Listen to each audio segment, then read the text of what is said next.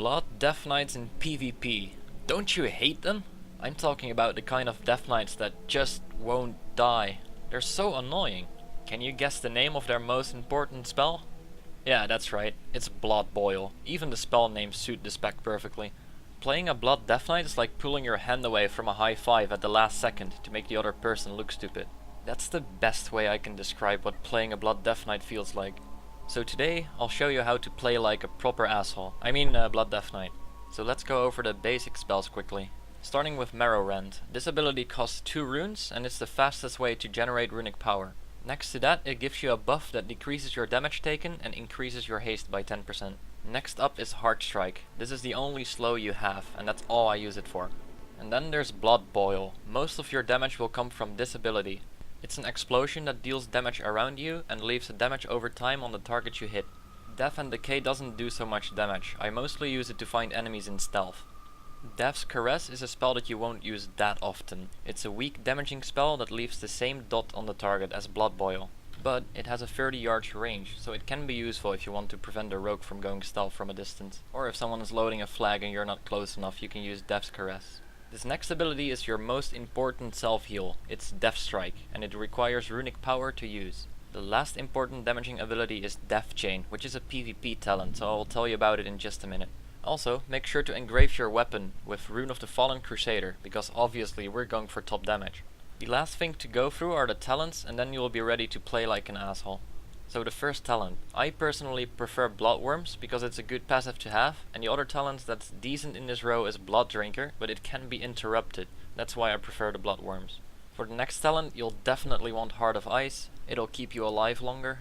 For the third row, go for Anti-Magic Barrier. With this talent, your Anti-Magic Shell will also increase your maximum HP. So Anti-Magic Shell also becomes useful when you're in trouble against melee. For the fourth talent, you'll want to have Red First. This talent is super useful. Every time you use Death Strike, the cooldown of your vampiric blood is reduced by slightly over 6 seconds. For the fifth talent, go for March of the Damned. With this talent, your Wraith Walk will break stuns and roots. This will serve as your PvP trinket.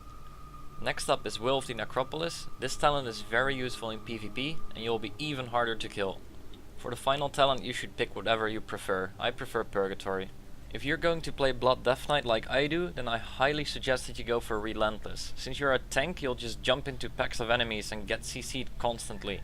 Also, don't forget that Wraith Walk also breaks stuns and roots, and Icebound Fortitude also breaks stuns. You can also prevent magical CC, such as Cyclone or Polymorph, by using Anti-Magic Shell. And on top of that, I'm playing Undead, so I can also break out of fears with my racial ability. Next, go for Relentless Assault. You'll do more damage, and that's all we care about. This next talent will show whether you're selfish or not. Cadaverous Pallor will absorb some magical spells completely and turn it into nature damage over time onto yourself. But when you absorb its damage, it counts towards your healing done on the battleground statistics. So if you want to look good on the scoreboard, go for this talent. If you are a team player, you can also go for Anti-Magic Zone. Definitely go for Necrotic Aura, you'll do more damage. For the 5th PvP talent, I use Double Death Grip so I can interrupt someone twice, and it also makes kiting for enemies a lot harder. And here it comes, the laziest talent I have ever seen in my life. Death Chain.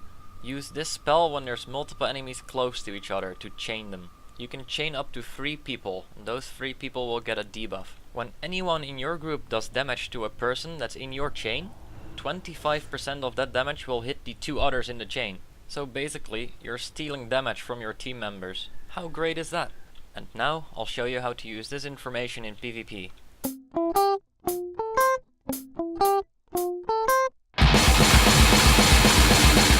That's how you should be playing.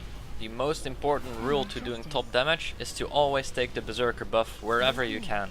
A lot of people seem to think, oh, that thing is red, that's bad. But this ain't Mario Kart, and if there's a paladin defending the buff, don't worry, he'll be AFK. So yeah, always go for Berserk, use your mobility spells to get there faster. If necessary, you can grip the enemy away from it, so you'll get it. One thing I forgot to mention earlier is that you need to be emotionally immune to the battleground chat.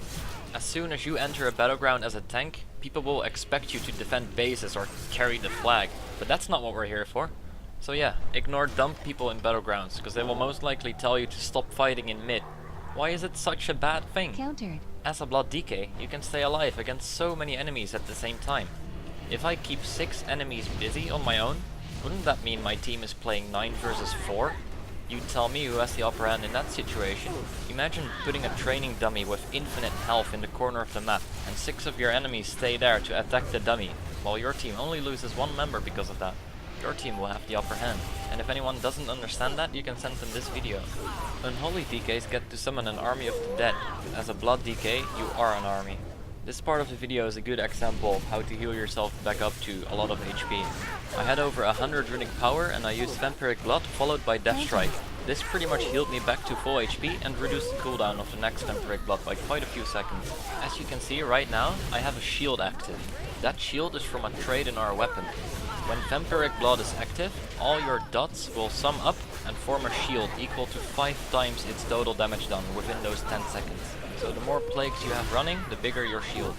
There's this other spell that we have that goes really well with this shield. It's called Dancing Rune Weapon. When you activate this, a flying blade will copy your spells. As you can see on the screen, all these people have 3 dots on them instead of 1. To reach top damage, you almost completely rely on AoE. In most cases, you shouldn't actually be on top damage though, because other classes such as Marksmen, Hunters or Shadow Priest and a lot of other things should not be beaten by a tank. But it's very nice to play something that's so unkillable as a Blood Death Knight for once. Another fun thing to do as a Blood Death Knight is to sit on one healer.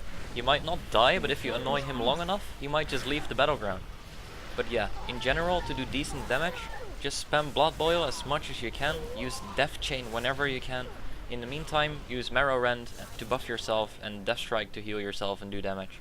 If you have any questions whatsoever, just leave them in the comments and I'll get back to you. If you're sitting here watching my video, I'd like to thank you for supporting me.